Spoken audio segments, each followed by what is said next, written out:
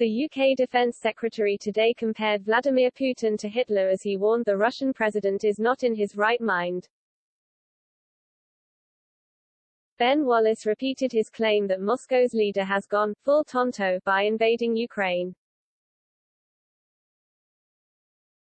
The former army captain said Britain's view is now that Russia intends to invade the whole of Ukraine, but so far Moscow failed in its objectives, instead losing 450 soldiers. He suggested Britain will be providing more military support to Ukraine, but ruled out RAF jets enforcing a no-fly zone against Russian fighters, or putting British troops in the country. Ukrainian Foreign Minister Dmytro Kuleba compared the war to Kiev's shelling by Nazis as he condemned horrific rocket strikes on the capital.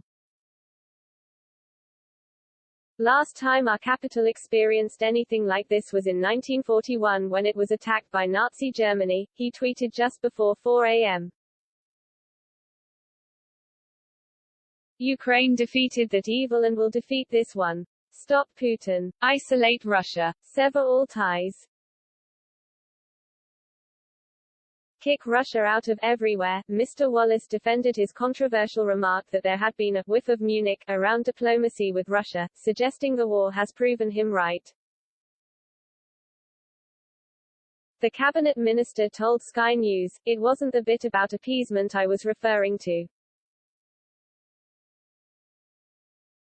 In Munich in 1938, Adolf Hitler all along had a plan to invade parts of Europe. And all the diplomacy was about a straw man attempt by him to buy time. Putin has been set on this for many months and certainly over a year.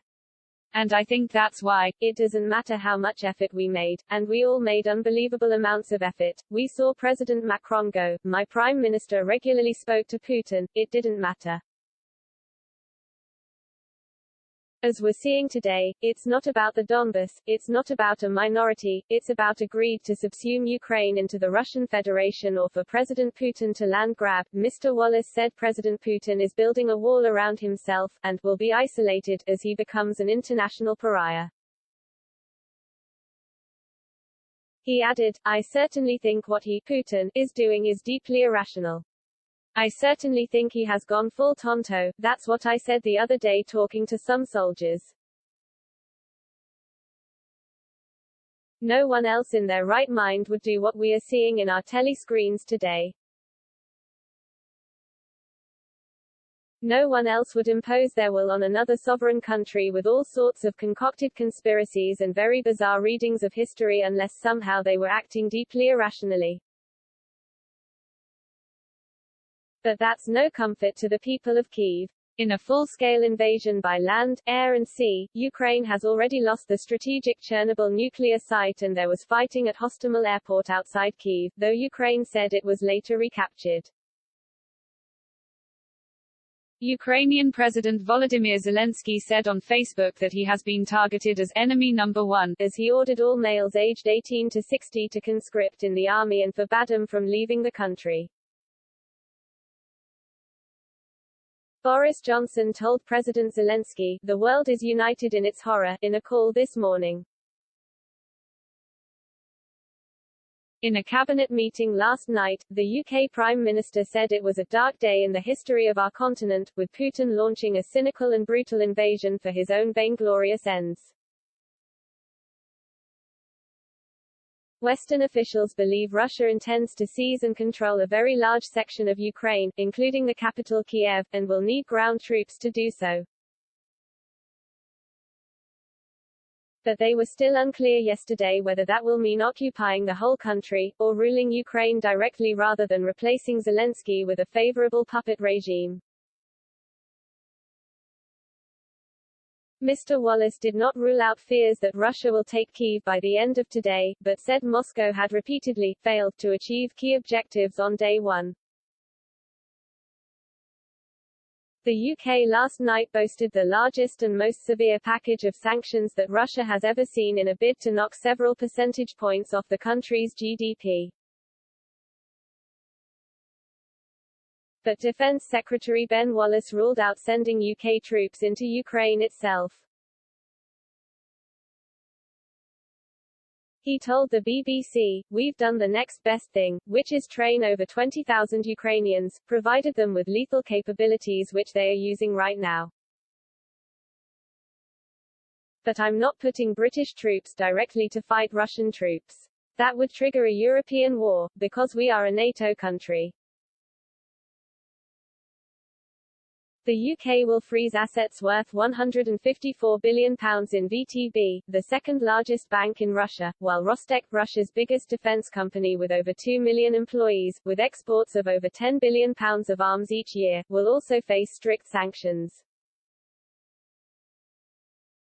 5 new oligarchs with links to Putin, including Russia's youngest billionaire who was married to the president's daughter, will be targeted. State-owned airline Aeroflot is now banned from entering UK airspace, a UK bank balance limit could be placed on Russians, and the UK is bidding to secure a global agreement to ban Russians from using the SWIFT bank payment system. European Commission President Ursula von der Leyen also outlined sanctions, saying Vladimir Putin's invasion of Ukraine marks the beginning of a new era. Labour leader Sir Keir Starmer said he believes further financial restrictions against Russia are needed. Speaking on Good Morning Britain, Sir Keir said he supported the government's package of sanctions announced on Thursday but called for extra measures. Mr. Wallace said he expected Putin to be held to account if he committed a war crime. He said, "I'm not, afraid, an international lawyer. I couldn't tell you the difference between breaking international law insofar as directing your forces to invade another country, versus a war crime, e.g. things like genocide, and indeed, torture, etc. I wouldn't want to speculate the differences. What I would say is HES clearly broken international law, HES occupying or trying to occupy a sovereign country who made one mistake in his eyes. Their mistake in his eyes was not to choose the Kremlin as a way for their future.